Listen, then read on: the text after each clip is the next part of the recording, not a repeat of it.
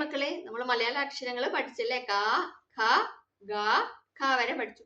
ഇനി ങ എഴുതുന്നത് എങ്ങനെയാന്ന് നോക്കാം. ഇഖ വരെ എല്ലാവരും പഠിച്ചല്ലോ അല്ലേ? പഠിച്ചു എന്ന് വിശ്വസിക്കുന്നു. ഇതാണ് ങ. ഇതെന്താണ്? ങ. നമ്മൾ പഠിച്ചത് എന്തൊക്കെയായിരുന്നു? ക, ഇഖ, ഗ, ഇഖ. ഇത്രയും പഠിച്ചല്ലേ? ഇനിയുള്ളത് ങ. ഒന്നുമില്ല, നമ്മൾ ഇങ്ങനെ ചുറ്റിക്കെട്ടി താഴോട്ട് വന്നു. ഇതുപോലെ ചുറ്റിക്കെട്ടൊക്കെ നേരത്തെ നമ്മൾ ഈലൊക്കെ പഠിച്ചിട്ടുണ്ടല്ലേ? എന്നിട്ട് നമ്മൾ എന്ത് ചെയ്തു? ഇവിടുന്ന് മുകളോട്ട് പോയിട്ട് ഇവിടെ ഒരു കുനിപ്പ് കൊടുത്തു. നമ്മൾ ഓ പഠിച്ചപ്പം ഇങ്ങനെ വന്നൊരു കുനിപ്പ് കൊടുത്തില്ലേ? ഇവിടെ ഒരു വ്യത്യാസമേ ഉള്ളൂ. ഈ ഓ എഴുതുന്നതിന്റെ ഇവിടെ ഒരു വര വേണം. എന്നിട്ട് വേണം നമ്മൾ എഴുതാനായിട്ട്. അപ്പൊ നിങ്ങൾക്ക് ഈസി ആകുമല്ലോ എന്ന് പറഞ്ഞിട്ടാ പറഞ്ഞു തരുന്നത് കേട്ടോ. ഇങ്ങനെ ആദ്യമേ നമ്മൾ ഇങ്ങനെ കൊടുത്തു. അത് കഴിഞ്ഞ് നമ്മൾ ഓ എഴുതുമ്പോൾ ഇങ്ങനെ എഴുതത്തില്ല, അതേപോലെ എഴുതി. ഈസി അല്ലേ? ആദ്യമേ ഇങ്ങനെ ചുറ്റിക്കെട്ടി കൊണ്ടുവരൂ, എഴുതിയല്ലേ? എന്നിട്ട് നമ്മൾ ഓയ്ക്ക് എങ്ങനെ നമ്മൾ ചെയ്തേ? ഓയ്ക്ക് ഇങ്ങനെയാണ് നമ്മൾ ചെയ്തല്ലേ? ഇവിടുന്ന് ചുറ്റിക്കെട്ടി ഇങ്ങനെ കൊണ്ടുവന്നല്ലേ? ഇത്രയും ഈ ചുറ്റിക്കെട്ടാണ് ഇത്രയും വരിക. എന്നിട്ട് നമ്മൾ എന്ത് ചെയ്തു? ഇവിടുന്ന് ഇങ്ങനെ കൊടുത്തല്ലേ? എങ്ങനെയാ? ഇങ്ങനെ കൊടുത്തു. അതേപോലെ ഇവിടുന്ന് മുകളിലോട്ട് വന്നിട്ട് ഇങ്ങനെ കൊടുക്കുക. ഇത്രേ ഉള്ളൂ ങ. ഒന്നും കൂടെ എഴുതാം അല്ലേ? കണ്ടോ?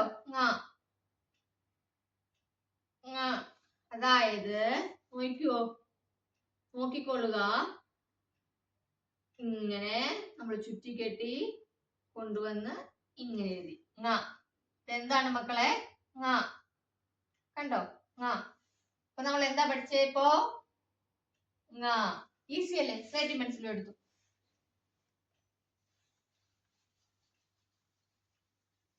എടുത്തോ? ഓക്കെ. ചുറ്റിക്കെട്ടി മുകളോട്ട് വന്നേ. ഇത്ര എഴുതിയോ? എഴുതി. എന്നിട്ട് എന്ത് ചെയ്തു? നമ്മള് ഇങ്ങനെ കൊണ്ടുവന്ന് ഓയ്ക്ക് എഴുതുന്ന പോലെ ഒരു കുരുപ്പൊക്കെ ഇട്ടിട്ട് നമ്മള് ഇങ്ങനെ എഴുതി. അതായത് ചുറ്റിക്കെട്ടി കൊണ്ടുവന്നു ഇങ്ങനെ എഴുതി. ഇതാണ് നമ്മൾ എ മാത്രം എഴുതിയില്ലേ? സോറി, നമ്മൾ എ ചിഹ്നം പഠിച്ചില്ലേ? എ ചിഹ്നം പഠിച്ച പോലെ ഒരു എ ചിഹ്നം ഇട്ടു. അത് കഴിഞ്ഞിട്ട് നമ്മൾ എന്ത് ചെയ്തു? ഈ ഓ എഴുതുമ്പം നമ്മള് ഇങ്ങനെ എഴുതിയല്ലേ? അതേപോലെ ഒന്ന് എഴുതുക. ഇതാണ് ങ. ഈസി അല്ലേ? അപ്പൊ നമ്മൾ എന്തൊക്കെയാ പഠിച്ചത്? ഖ, ഖ, ഗ, ഖ. ഇപ്പൊ പഠിച്ചത് എന്താണ്? ങ. അപ്പൊ ഈ 5 ലെറ്റേഴ്സ് നിങ്ങൾ ഇരുന്ന് എഴുതി പഠിക്കും. ഒരു 10 മിനിറ്റ് അല്ലേ വേണ്ടുള്ളൂ. അപ്പോൾ ഇരുന്ന് പഠിച്ച കാര്യങ്ങൾ കമന്റ് ചെയ്യുക കേട്ടോ. അടുത്ത ക്ലാസ്സിൽ കാണാം. ബൈ.